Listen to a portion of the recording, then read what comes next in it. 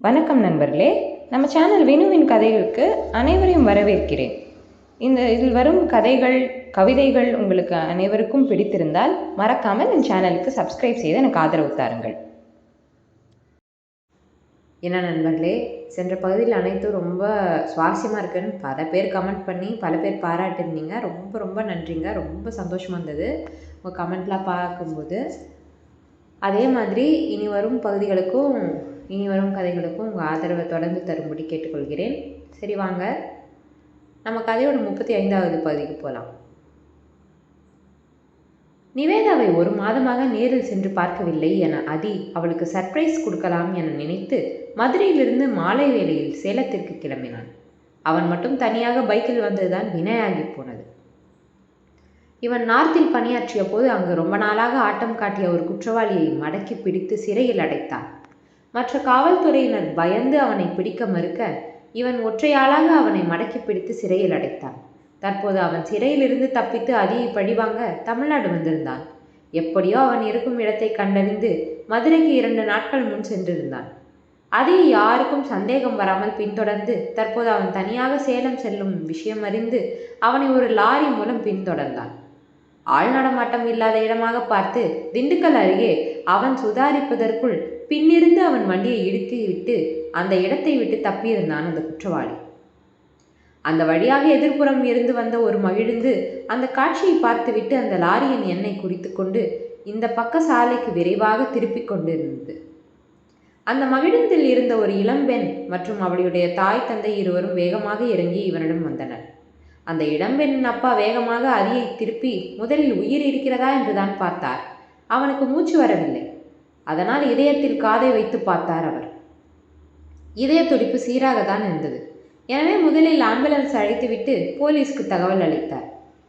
முதலில் அந்த இளம்பெண் தான் அதியின் முகத்தை பார்த்தாள். பார்த்ததும் அதிர்ந்து விட்டாள். அப்பா அப்பா, முதல்ல அது யாருன்னு பாருங்க என்று அதிர்ச்சியாக கூறினாள். அந்த பெண்ணின் அப்பாவும் அதியின் முகத்தை பார்த்து அதிர்ந்து விட்டார். நிஹாம்மா, இந்த தம்பி எப்படிங்க? நீ முதல்ல வசுந்தராம்மாவுக்கு ஃபோன் போடு என்று கூறினார் பாலையா. அந்த இளம்பெண்ணும் அவளின் பெற்றோர்களும் நிஹாரிகா, பாலையா மற்றும் அவரின் மனைவி ருக்மணி அம்மா தான். ருக்மணி அம்மா தற்போது தெளிவாக இருந்தார். அவர்களும் மூவரும் டிசி வாங்கி கொண்டு அவர்களின் சொந்த ஊரான ஈரோடு மாவட்டத்தில் உள்ள கருப்பூர் சென்றனர். நிஹாரிகா கொஞ்சம் கொஞ்சமாக பாலையா பாசத்தில் மாறியிருந்தாள். அவளே கல்லூரிக்கு செல்லும் முன் ருக்மணி அம்மாவை குளிப்பாட்டி அவருக்கு உணவு ஊட்டிவிட்டு அவருக்கு மாத்திரை கொடுத்துவிட்டு தான் செல்வாள். கல்லூரி முடித்து வந்தவுடன் அவரை மீண்டும் குளிப்பாட்டி விடுவாள். அவரிடம் தினமும் மணிக்கணக்காக பேசுவாள். பாலையா அங்கு இத்தனை வருடமாக சேர்த்து வைத்திருந்த பணத்தில் சிறிதாக ஒரு துணிக்கடை ஆரம்பித்தார். நிஹா அவருக்கு உதவுவாள். தற்போது இருக்கும் பெண்கள் எந்த மாதிரி உடையை விரும்புவர் என்று கூறி அந்த மாதிரி உடையை வாங்க கூறுவாள். அவரும் அவ்வாறே வாங்கி விற்பர். தற்போது கணிசமாக வியாபாரம் நடக்கிறது. இத்தனை வருடத்தில் ருக்மணி அம்மாவும் நிஹா மற்றும் பாலையா எடுத்த முயற்சியில் குணமாகியிருந்தார். நிஹாவை பற்றி பாலையா கூறியதும் அவளை கொண்டாடி தீர்த்து விட்டார் ருக்மணி அம்மாள். ஆனால் ஒரு அம்மாவாக அவர் நிவேதாவிற்கு செய்ததை கண்டிக்கவும் செய்தார். அளவான வாழ்க்கை, சிறிய காரை வாங்கியிருந்தனர். நிஹாரிகா தற்போது ஒரு வங்கியில் வேலை செய்து கொண்டிருக்கிறார். கல்லூரி படிக்கும் போதே அந்த தேர்வுக்கு படித்து இப்பொழுது பணியில் சேர்ந்திருந்தாள். தற்போது மதுரை மீனாட்சி தாயை பார்க்க வரும்போதுதான் அதியின் ஆக்சிடென்ட்டை பார்த்தனர். சிறிது நேரத்தில் ஆம்புலன்ஸ் வந்திருந்தது. காவல்துறையினரும் வந்திருந்தனர். என்ன நடந்தது என விசாரித்துவிட்டு அவர்களை கிளம்ப கூறினர். சேலத்தில் இருக்கும் பொழுது பழக்கம்தான். அதனால் அவருடன் மருத்துவமனைக்கு நாங்களே செல்கிறோம் என்று பாலையா கூறினார். அவர்களும் சரி என கூறினர். அவனை பற்றி விசாரித்தனர். தாங்கள் சேலத்தில் இருக்கும் போது எஸ்பியாக இருந்தார் என பாலையா கூறினார். பிறகுதான் அங்கு வந்திருந்த காவலர் அவனின் முகத்தை ஊன்றி பார்த்தபோது அவன் மதுரை எஸ்பி என கண்டுகொண்டார். மிக விரைவாக அவனை மருத்துவமனையில் அனுமதித்தனர். அவனின் பைக்கை ஒரு போலீஸ் ஒரு 4 சக்கர ஆட்டோவில் ஏற்றி கொண்டு போய் அங்கிருக்கும் காவல் நிலையத்தில் நிறுத்தினார். அந்த பைக் எதுக்குமே உதவாதது போல்தான் இருந்தது. பாலையா அதியுடன் ஆம்புலன்ஸில் சென்றார். நிஹாவும் அவள் அம்மாவும் காரில் அவர்களை பின்தொடர்ந்து சென்றனர். அவனை திண்டுக்கல்லில் இருக்கும் பிரபல மருத்துவமனையில் அனுமதித்தனர். நிஹா வசுமாவுக்கு அழைத்தார். அப்போதுதான் தூங்க சென்ற வசுமா அலைபேசி சத்தத்தில் எடுத்து யார் என பார்த்தார். நிஹாரிகாவின் எண்ணை பார்த்து இவள் எங்கே அழைக்கிறாள் என நினைத்து எடுத்து பேசினார். ஹலோ நிஹா, எப்படி இருக்க? இந்த நேரத்தில் கூப்பிட்டு இருக்க? ஏதோ பிரச்சனையாடா என்று கேட்டார். ஹலோ பெரியம்மா, நான் நல்லா இருக்கேன். நான் அம்மா அப்பா 3 பேரும் மதுரைக்கு போயிட்டு இருந்தோம். அப்போ திண்டுக்கல் பக்கம் ஒரு ஆக்சிடெண்ட். நாங்கள் போய் பார்த்தோம். அங்கே ஆக்சிடெண்ட் ஆனது நிவேதா லவ் பண்ண அந்த எஸ்பிக்கு. நாங்கள் இப்போ அவரை ஹாஸ்பிட்டல் அட்மிட் பண்ணியிருக்கோம். நீங்கள் இங்கே வரீங்களா என்று கேட்டாள். நிஹா, நீ என்ன சொல்கிறம்மா? அதி தம்பியா? உயிருக்கு எதுவும் ஆபத்து இல்லையே என்று வசுமா தழுதழுத்த குரலில் கேட்டார். பொய் சொல்ல விருப்பம் பெரியம்மா. நாங்கள் பார்க்குறப்போ மூச்சு பேச்சு இல்லை, இதயம் துடிச்சிட்டு தான் இருந்துச்சு. அவர்கிட்ட எந்த அசைவும் இல்லை. தலையில் நல்ல அடி. டாக்டர் இன்னும் எதுவும் சொல்லலை என்று கூறினான். நீங்கள் அங்கேயே கொஞ்ச நேரம் இருக்கீங்களா? அவங்க சொந்த ஊர் மதுரை தான். அங்கேருந்து யாரையோ வர சொல்கிறேன். அது வரைக்கும் இருங்கடா, நாங்களும் கிளம்புறோம் என்று கூறினார். சரி பெரியம்மா, நாங்கள் இருக்கோம், நீங்கள் வாங்க என்று கூறி வைத்து விட்டாள். வசுமாக்கு என்ன செய்கிறதென்றே தெரியவில்லை. நிவேதா சீக்கிரமாகவே தூங்கியிருந்தாள். அவள் தூங்கிவிட்டால் அவ்வளோ சீக்கிரம் எழுந்து கொள்ள மாட்டாள். அதனால் நிதிஷிற்கு அழைத்தாள். அவன் எடுத்தவுடன், என்ன மீ இப்போ ஃபோன் பண்ணியிருக்க? உடம்புக்கு எதுவும் முடியலையா என்று கேட்டான். நிதிஷ், நீயும் பிரியாவும் நிவிமாவை தொந்தரவு பண்ணாமல் என் ரூமுக்கு கீழே வாங்கலேன் என்று தழுதழுத்த குரலில் கூறினார். அவளின் அந்த குரலில் அழுகுரல் கேட்டு நிதிஷ் பதறிவிட்டான். பிரியாவை அழைத்து கொண்டு சத்தம் போடாமல் கீழே சென்றான். அங்கு அழுத முகமாய் இருந்த வசுமாவை பார்த்து இருவரும் பதறிவிட்டனர். அம்மா, என்னாச்சு? ஏன் அப்படி இருக்கீங்க என்று வேகமாக கேட்டான் நிதிஷ். முதல்ல கதவை மூடி பிரியாமா என்று கூறினாள். அவளும் மூடிவிட்டு வந்து வசுமா அருகில் முட்டி போட்டு அமர்ந்தாள். அவரை நிஹாரிகா அழைத்தது, அவள் சொன்னது அனைத்தும் கூறிவிட்டாள். கேட்ட இருவரும் அதிர்ந்து விட்டனர். முதலில் சுந்தரப்பாவிற்கு அழைக்கலாம் என நினைத்து போனை எடுத்தான். பிரியா தான். மாமா, அப்பாக்கு வேணாம், நீங்கள் மாறன் மாமாவுக்கு பண்ணுங்க என்று கூறினாள். அவனும் அதுதான் சரியென நினைத்து மாறனுக்கு அழைத்தான். மாறன், மீனாட்சி, தாரா பாப்பா 3வரும் நல்ல உறக்கத்தில் இருந்தனர். அழைப்பு சத்தத்தில் தான் மாறன், மீனாட்சி எழுந்தனர். யார் மச்சான் இந்த நேரத்தில் அழைக்கிறது? வெரசா ஃபோன் எடுங்க, பாப்பா எழுந்திருக்க போறா. வெரசா எடுங்க மச்சான் என்று கூறினாள். அவனும் எழுந்து யாரென பார்த்தான். அவன் எடுப்பதற்குள் அந்த அழைப்பு நின்றிருந்தது. யார் மச்சான் என்று கேட்டாள் மீனாட்சி. நிதிஷ் தான் அழைச்சிருக்கான் தங்கம். இந்த நேரத்துக்கு ஏன் அழைச்சிருக்கான்னு தெரியல என்று கூறிக்கொண்டிருக்கும் போதே மீண்டும் நிதிஷ் அழைத்திருந்தான். உடனே அந்த அழைப்பை ஏற்று, சொல்லு நிதிஷ் என்று கூறினான். அண்ணா அண்ணா, அதிக்கு ஆக்சிடென்ட் ஆகிடுச்சான் என்று கூறி நிஹா கூறிய அனைத்தும் கூறி அவள் இருக்கும் மருத்துவமனை கூறினான். கேட்ட மாறன் இடிந்தே போய் அமர்ந்து விட்டான். அவனுக்கு மீனாவை விட அதி எப்போதும் ஒருபடி மேல்தான். அவனுக்கு விபத்து என கேட்டு இடிந்து அமர்ந்து விட்டான். அங்கு அலைபேசியில் ஹலோ ஹலோ என கத்தினான். அந்த சத்தத்தில் தான் சுயநினைவு வந்தது. ஓகே நிதிஷ், நான் போய் பார்க்குறேன். நீங்கள் இப்போ நைட் டைம் ட்ராவல் பண்ணாதீங்க, காலையில் வாங்க. அது மட்டும் இல்லாமல் நாளைக்கு பாப்பாக்கு எக்ஸாம் இருக்குது, அவளுக்கு தெரியவே கூடாது. அவள் நல்லபடியாக எக்ஸாம் முடிக்கட்டும், அப்புறம் சொல்லுங்க என்று கூறி மாறன் வைத்து விட்டான். இவன் பேசுவதை பார்த்து மீனாட்சி பயந்து போய் அமர்ந்திருந்தாள். மாமா, என்னாச்சு? நிதிஷ் என்ன சொன்னான்? யாருக்கும் எதுவும் இல்லையே, ஏதாவது சொல்லு மாமா என்று அவனிடம் கேட்டாள். அவளை அணைத்து கொண்டு அழுது விட்டான். மாறன் அழுவதை பார்த்து மீனாட்சியும் அழுகுடியுடனே, மாமா என்னாச்சு மாமா, சொல்லு மாமா என்று அழுது கொண்டே கேட்டாள். தன்னை சமன்படுத்தி கொண்டு அதிக்கு விபத்து நடந்தது பற்றி கூறிவிட்டான். அவ்வளவுதான். அவளும் அழுக ஆரம்பித்து விட்டாள். தங்கம், அமைதியாரு, அவனுக்கு ஒன்றும் ஆகாது. அங்கே வீட்டில் யாருக்கும் சொல்ல வேணாம். நாம் போகலாம், பாப்பாவை முரளி வீட்டில் விட்டுட்டு போகலாம். நான் கொண்டு போய் விட்டுட்டு வரேன், நீ தயாராயிரு என்று கூறி சட்டையை போட்டுக்கொண்டு தாரா பாப்பாவை தூக்கி கொண்டு பக்கத்தில் இருக்கும் முரளியின் வீட்டுக்கு சென்றான். ஆம், முரளியும் அப்பர்ணாவும் மதுரைக்கே வந்து விட்டனர். முரளி பள்ளி கல்லூரி துறையில் வேலையில் உள்ளான். மாற்றல் வாங்கி கொண்டு மதுரைக்கே வந்து விட்டான்.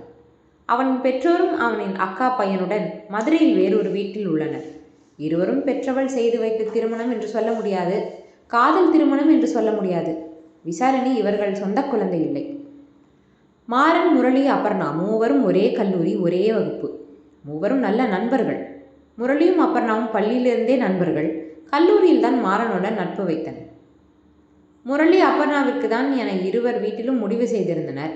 நண்பர்களாயினும் பெற்றவர்கள் கல்யாணம் இவர்களுக்கு தான் என சொல்லிவிட்டனர். இருவரும் அந்த கண்ணோட்டத்தில் பார்க்கவில்லை. பெற்றவர்களின் முடிவை ஏற்றுக்கொண்டனர். இருவரும் ஒன்றாக தான் கல்லூரி சென்று வருவர். அப்படி ஒரு நாள் கல்லூரியின் இறுதி முடிவு முடித்துவிட்டு வரும்போது சாலையின் ஓரத்தில் ஒரு குழந்தை அழுக்கு ஆடையுடன் இருந்தது. அந்த இடத்தில் சுற்றியும் யாரும் இல்லை. இருவரும் அந்த குழந்தைக்கு முதலில் தண்ணீர் கொடுத்துவிட்டு பிஸ்கெட் கொடுத்தனர். பிறகு போலீசில் ஒரு கம்ப்ளைண்ட் கொடுத்துவிட்டு அவர்களே அங்கிருக்கும் அனாதை ஆசிரமத்தில் விட்டுவிட்டனர். வாரத்திற்கு ஒரு முறை குழந்தையும் வந்து பார்த்துவிட்டு செல்வர். இருவரிடமும் குழந்தை நன்றாக ஒட்டிக்கொண்டாள். இருவரையும் அம்மா அப்பா என்றுதான் அழைத்தாள். இருவரும் இவளை பார்த்துவிட்டு செல்லும்போது அழுக ஆரம்பித்து விடுவாள். சிறு குழந்தைதான், அவளுக்கு என்ன தெரியும்? அதனால் இருவரும் ஒரு முடிவெடுத்தனர். திருமணம் செய்து கொண்டு குழந்தையை தத்தெடுத்துக் கொள்ளலாம் என இருவரும் இந்த முடிவை வீட்டில் கூறினர். இருவரின் தந்தையை தவிர அனைவரும் ஒத்துக்கொண்டனர். முரளிக்கு ஒரு அக்கா. திருமணம் செய்து கொடுத்த 7 மாதங்களில் அவள் கணவன் இறந்து விட்டான். அப்போது அவனின் அக்காக்கு 4 மாதம். குழந்தையின் ராசிதான் காரணம் என அவளின் புகுந்த வீட்டினர் விரட்டி விட்டு விட்டனர். இவனின் பெற்றோர்தான் பார்த்து கொண்டனர். அவனின் அக்காவும் குழந்தை பிறந்தவுடன் இறந்து விட்டாள். குழந்தை இவர்கள்தான் வளர்த்தனர். அந்த குழந்தையின் பெயர் கண்ணன். அபர்ணா வீட்டில் ஒரே பெண். அதனால் அவளை சிறு வயது முதல் நன்கு தெரிந்த முரளிக்கே கல்யாணம் செய்து வைத்து விடலாம் என முடிவு செய்தனர். தற்போது இருவர் கூறுவதையும் கேட்ட தந்தைமார்கள் இருவரும் கல்யாணம் செய்து வைக்கிறோம், ஆனால் குழந்தையை தத்தெடுக்க ஒத்துக்கொள்ள மாட்டோம் என கூறிவிட்டனர். இருவரும் பெற்றோரை எதிர்த்து பதிவு திருமணம் செய்தனர், நண்பர்கள் உதவியுடன். இருவரின் அம்மாக்களும் வந்திருந்தனர், தங்கள் கணவன்மார்களுக்கு தெரியாமல். கண்ணனுக்கு வயது 5 விசாரணிக்கு வயது 2 ஆகியிருந்தது. இருவரும் கல்யாணம் செய்து கொள்ளும் போது முரளி அபர்ணா இருவரும் 4-5 ஆண்டுகள் கழித்துதான் அகிலை ஈன்றெடுத்தனர். அகிலுக்கு 2 வயது நடக்கும்போது அபர்ணாவின் பெற்றோர் ஒரு விபத்தில் சிக்கி இறந்துவிட்டனர். அப்போதுதான் முரளியின் அப்பா இருவரையும் ஏற்றுக்கொண்டார். விசாரணையிடமும் பாசமாக நடந்து கொண்டார். 1 வருடம் முன்புதான் மதுரைக்கு சேலத்தில் இருந்து மாற்றல் வாங்கி கொண்டு மதுரைக்கு வந்துவிட்டனர். ஆனாலும் இருவரும் தனித்தனி வீட்டில்தான் உள்ளனர். சரி வாங்க, திரும்பி கதைக்கு போலாம். மாறன் தாரா பாப்பாவை தூக்கி கொண்டு பக்கத்து வீட்டில் இருக்கும் முரளியிடம் விடச் சென்றான். அவனுக்கு அழைத்து கதவை திறக்க கூறினான். மற்ற மூவரும் நல்ல தூக்கத்தில் இருந்தனர். முரளி மட்டும் எழுந்து கதவை திறந்தான். என்னாச்சு மாறா? எதுக்கு இந்த நேரத்தில் பாப்பாவை இங்கே விடுற? ஏதாவது எமர்ஜென்சியா என்று கேட்டான். மாறனும் அதி விபத்து பற்றி கூறி பாப்பாவை பார்த்து கொள்ளுமாறு கூறிவிட்டு வீட்டுக்கு சென்றான். அங்கு மீனாட்சி தன் இரவுடையை மாற்றிவிட்டு சாதாரண ட்ரெஸ்ஸில் இருந்தாள். 1.5 மணி நேர பயணத்தை 3/4 மணி நேரத்தில் முடித்திருந்தான். வேகமாக விசாரித்துவிட்டு எமர்ஜென்சி கேஸ் அறைக்கு சென்றான். அங்கு நிஹாரிகா மற்றும் அவள் பெற்றோர்கள் இருந்தனர். அவர்களுக்கு நன்றி கூறி அவர்களை வழி அனுப்பி வைத்தனர். டாக்டர்கள் வருவதும் போவதுமாக இருந்தனர். நிலவு மகள் தன்னுடைய காதலனை கண்டு ஓடி மறைகிறாள். காதலனோ தன்னுடைய காதலி இவ்வளவு சீக்கிரம் வந்ததும் ஓடிவிட்டாளே என நினைத்து கோபம் கொண்டு வெப்பத்தை அதிகமாக குடிக்கிறான். காலை 9 மணி அளவில் சுந்தரப்பாவிற்கு அழைத்தான் மாறன். அவரிடம் பொறுமையாக விஷயத்தை கூறி அஜயிடமும் நிவேதாவிடமும் கூற வேண்டாம், மற்றவர்களிடம் பொறுமையாக எடுத்து கூறி இங்கு ஹாஸ்பிட்டல் வருமாறு கூறி வைத்து விட்டான். அஜயும் நீச்சல் போட்டிக்காக கொல்கத்தா சென்றுள்ளான். அவனை பதற வைக்க வேண்டாம் என நினைத்து அப்படி கூறிவிட்டான். தற்போது கல்லூரியில் 2ஆம் ஆண்டு படிக்கிறான். சுந்தரப்பா வீட்டில் உள்ளவர்களிடம் பொறுமையாக விஷயத்தை எடுத்து கூறி தாத்தா அப்பத்தா சிவாமாவை அழைத்து கொண்டு மருத்துவமனைக்கு அழைத்துச் சென்றார். போகும் வழியெல்லாம் அப்பத்தாவும் சிவாமாவும் அழுது கொண்டே வந்தனர்.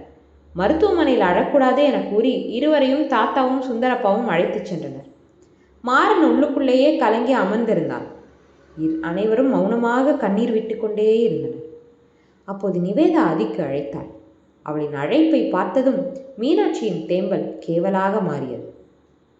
மாறன் உண்மையை நிவேதாவிடம் கூறுவானா? நிவேதா அவளின் கடைசி தேர்வை நல்லபடியாக எழுதுவாளா? பொறுத்திருந்து பார்க்கலாம் நண்பர்களே. மீண்டும் அடுத்த பகுதியில் இந்த கேள்விகளுக்கான விடையை பார்க்கலாம். சரிங்க, மறக்காமல் கமெண்ட் பண்ணிடுங்க. அப்படியே சப்ஸ்கிரைப் பட்டனை கிளிக் பண்ணிடுங்க. சரி நண்பர்களே, மீண்டும் சந்திப்போம்.